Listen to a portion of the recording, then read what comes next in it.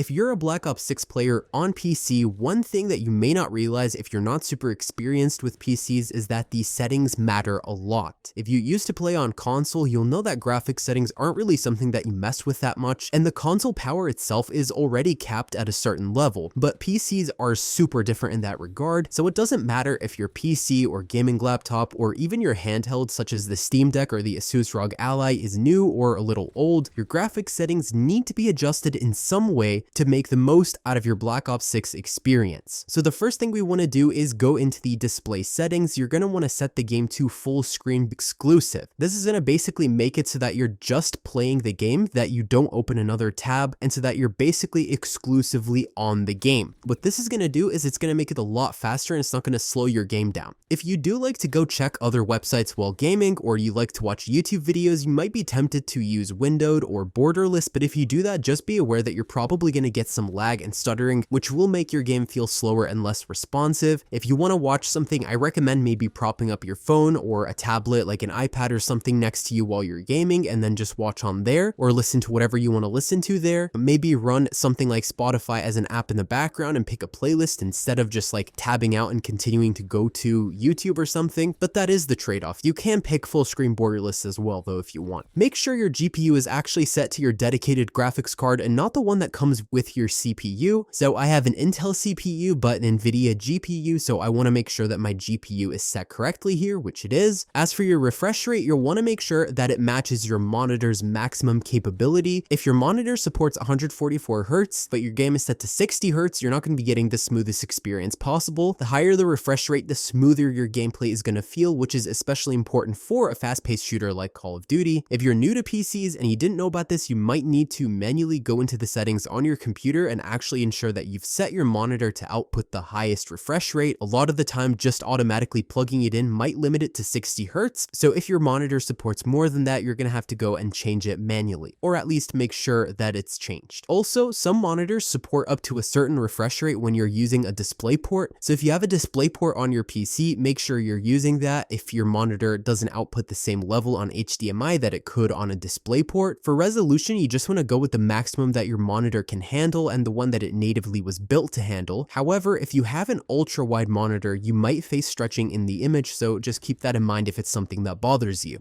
Aspect ratio should be set to automatic. It can detect that by itself. Your display gamma should be 2.2 sRGB and brightness should be set to 55. Anything lower than that might be too difficult to see, and anything higher than that might just be too much on your eyes. Of course, though, this is a preference. You then want to turn on NVIDIA Reflex Low Latency. Eco mode should be set to custom for the preset. VSync should be off unless you're experiencing some extreme screen tearing, which happens when your FPS is out of sync with the monitor's refresh rate. Realistically, you shouldn't really be having this happen, but if it does happen, I guess you could turn on VSync, but if you're trying to maximize your frames per second, don't turn on VSync in the gameplay or in the menus. In both instances, just turn it off. For your frame rate limit, you want to select custom and then use your monitor's refresh rate for the limit for both gameplay and the menu. For the minimized game, you want to set it at 30. Unless you're minimizing it frequently, this isn't really going to affect you much. For the reduced menu render resolution, select optimal, and also pause game rendering should be set to on. You want to reduce quality when inactive after 10 minutes, so if you're just idle at the menu, you don't want it to keep taking extreme resources from your computer as it's running. Focus mode is a preference. You can set it to whatever number you want. HDR should be automatic. You can calibrate HDR as well if you think that you need to. Alright, now we want to optimize the quality settings so we can get this good balance between performance and visuals. So instead of using game presets, we're going to want to manually adjust each setting for a better gaming experience. For render resolution, you want to keep this at 100% because lowering everything will make it blurry, while increasing it is just going to end up wasting performance, and the benefit it brings is pretty minimal. Turn dynamic resolution off as well. For your upscaling and sharpening, you have a good number of options that's going to depend on what GPU your system is running. I know some people like to mess around with this a lot, but personally, I think that if you have an NVIDIA GPU like me, you're going to want to turn on NVIDIA DLSS for the FPS boost in quality. If you have AMD, you're going to want to use AMD FSR. I tried some of the other ones. I didn't really like the way they looked or functioned. NVIDIA DLSS and AMD FSR help you with the way things look and don't make it so that you're sacrificing your visual quality. I know some people use frame generation, but I don't recommend frame generation in a game like Black Ops 6. I think NVIDIA DLSS frame generation is more useful for games that are more focused on visual quality, like single player story driven cinematic type games. If you have a lower GPU or your laptop's a bit older and things like that, you might want to consider trying Intel XeSS, which is basically similar to DLSS in that it boosts your quality, uses AI enhanced upscaling and things like that. So basically, if your GPU can't support DLSS, you want to consider using the Intel one. VRAM scale targeting is an important one. You want to keep this at around 80. If you lower this, you're going to experience packet bursts. If you raise it too high, you're also going to experience a similar issue. So this is a big one in my opinion. Set it to 80. You can mess around with this a little bit, but I would recommend just putting it at 80. Variable rate shading should be turned off. You're not going to need that.